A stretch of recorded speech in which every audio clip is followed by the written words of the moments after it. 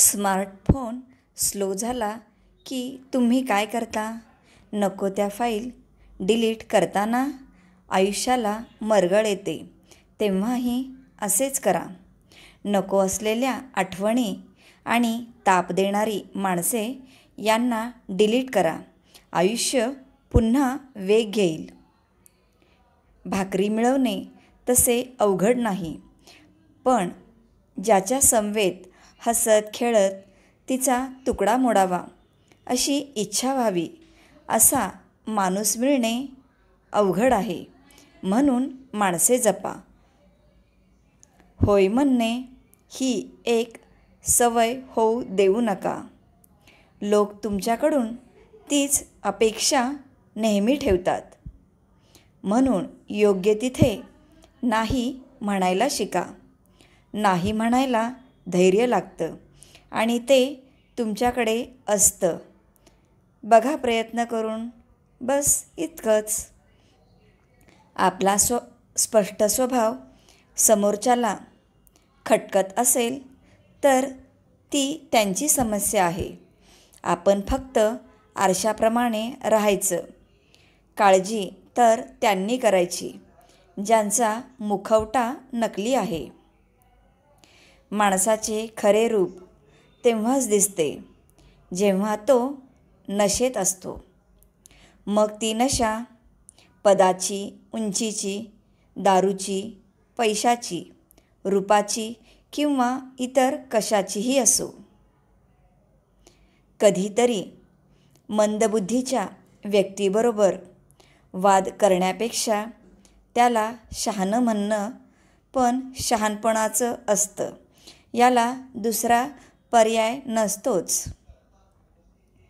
झोपाळा जेवढा मागे जाईल तेवढाच तो पुढे देखील येईल. एकदम बरोबर. सुख आणि दुःख दोन्ही जीवनात बरोबर येतात. जीवनाचा झोपाळा मागे गेला म्हणून घाबरू नका. तो पुढेही तितकाच येईल. वाहून घेणं आणि वाहत जाणं या सारख्याच वाटणाऱ्या गोष्टींमधला फरक तसा मोठा आहे. वाहून घेतलेलं एक वेळ ठीक, वाहत गेलेला माणूस मात्र सहसा परत सापडत नाही. हल्लीच्या काळात कुणाशीही वाद घालून स्वतःची आणि दुसऱ्याचीही इम्युनिटी कमी करू नका.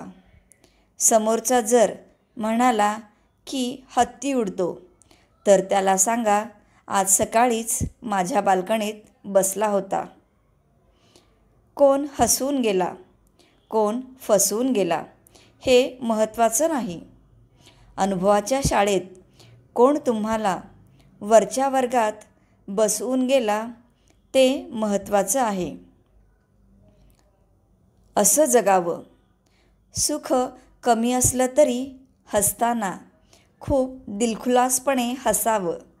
हृदय तुटलं तरी रडताना न लाजता रडावं. असंच आयुष्य सोपं करून जगावं. कपडे स्वच्छ धुताना नकळत आपले हात देखील स्वच्छ होत असतात. अगदी तसेच चांगल्या लोकांच्या फक्त संगतीत जरी राहिलं तरी नकळत आपले विचार देखील स्वच्छ होत असतात. एखाद्या अतिशहाण्याला उत्तर देण्यापेक्षा निशब्द होऊन पुढं गेलं ना की त्याला त्याची लायकी समजायला वेळ लागत नाही. माणूस पुस्तकासारखा असतो.